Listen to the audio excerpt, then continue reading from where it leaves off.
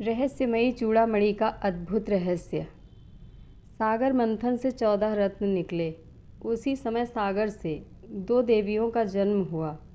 Number 1 Ratnakar Nandini, number 2 Mahalakshmi Ratnakar.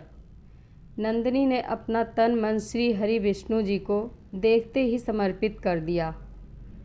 जब उनसे मिलने के लिए आगे बढ़ी तो सागर ने अपनी पुत्री को विश्वकर्मा द्वारा निर्मित दिव्य रत्न जड़ित चूड़ामणि प्रदान की, जो सुर पूजित मणि से बनी थी।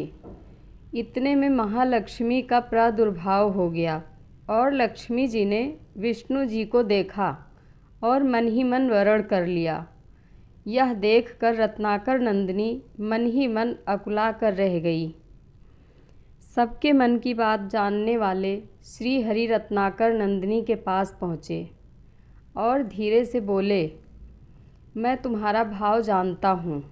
पृथ्वी को भार निवृत्त करने के लिए जब जब मैं अवतार ग्रहण करूँगा, तब तब तुम मेरी संहारिणी शक्ति के रूप में धरती पे अवतार लोगी। संपूर्ण रूप से तुम्हें कलयुग में श्री कल की रूप में अंगीकार करूँगा। अभी सतयुग है। तुम त्रेता द्वापर में त्रिकूट शिखर पर वैष्णवी नाम से अपने अर्चकों की मनोकामना की पूर्ति करती हुई तपस्या करो। तपस्या के लिए विदा होते हुए रत्नाकर नंदिनी ने अपने केश पास से चूड़ामणि निकालकर निशानी के तौर पर श्री विष्णु जी को दे दिया। वहीं पर साथ में इंद्रदेव खड़े थे। इंद्र चूड़ामणि पाने के लिए लालायित हो गए। विष्णु जी ने वो चूड़ामणि इंद्रदेव को दे दिया। इंद्रदेव ने उसे इंद्राणी के जूड़े में स्थापित कर दिया। संबरासुर नाम का एक असुर हुआ, जिसने स्वर्ग पर चढ़ाई कर दी।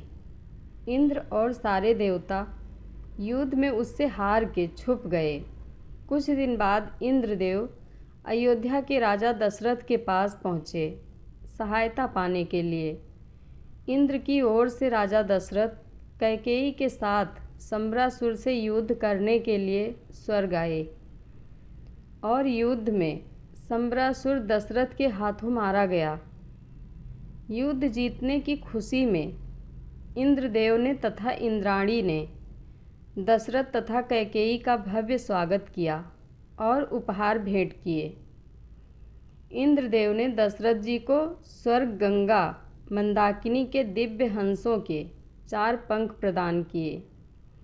इंद्राणी ने कैकेयी को वही दिव्य चूड़ामणि भेंट की और वरदान दिया, जिस नारी के केश पास में ये चूड़ामणि रहेगी, उसका सौभाग्य अक्षत अक्षय तथा अखंड रहेगा, और जिस राज्य में वो नारी रहेगी, उस राज्य को कोई भी शत्रु पराजित नहीं कर पाएगा। उपहार प्राप्त कर राजा दशरथ और कैकेयी अयोध्या वापस आ गए। रानी सुमित्रा के अद्भुत प्रेम को देखकर कैकेयी ने वह चूड़ामणि सुमित्रा को भेंट कर दिया। इस चूड़ामणि की समानता विश्व भर के किसी भी आभूषण से नहीं हो सकती। जब श्री राम जी का ब्याह माता सीता के साथ संपन्न हुआ, सीता जी को ब्याह कर श्री राम जी अयोध्या धाम आए। सारे रीति रिवाज संपन्न हुए।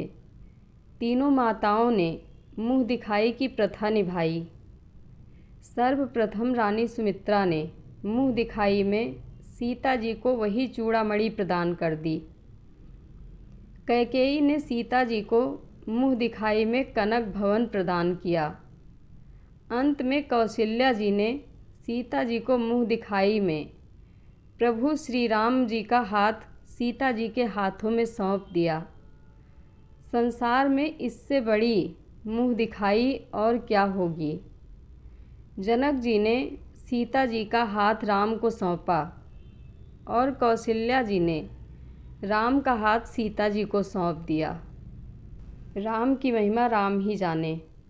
हम जैसे तुच्छ दीनहीन अज्ञानी व्यक्ति कौशल्या की सीता राम के प्रति ममता का बखान नहीं कर सकते। सीता हरण के पश्चात माता का पता लगाने के लिए जब हनुमान जी लंका पहुँचे हैं, हनुमान जी की भेंट अशोक वाटिका में सीता जी से होती है। हनुमान जी ने प्रभु की दी हुई मुद्रिका सीता माता को देते हैं और कहते हैं, मातु मोहि दीजे कछु चीन्हा, जैसे रघुनायक मोहि दीन्हा। चूड़ामणि उतारि तब दयऊ, हरस समेत पवन सुत लयऊ। सीता जी ने वही चूड़ामणि उतार कर हनुमान जी को दे दिया, यह सोचकर यदि मेरे साथ ये चूड़ामणि रहेगी तो रावण का विनाश होना संभव नहीं है। हनुमान जी लंका से वापस आकर वो चूड़ामणि भगवान श्री राम को देकर माता जी के वियोग का हाल बताया। जय श्री राम। कथा अच्छी लगे तो कमेंट बॉक्स में अपनी राय ज़रूर दें। धन्यवाद।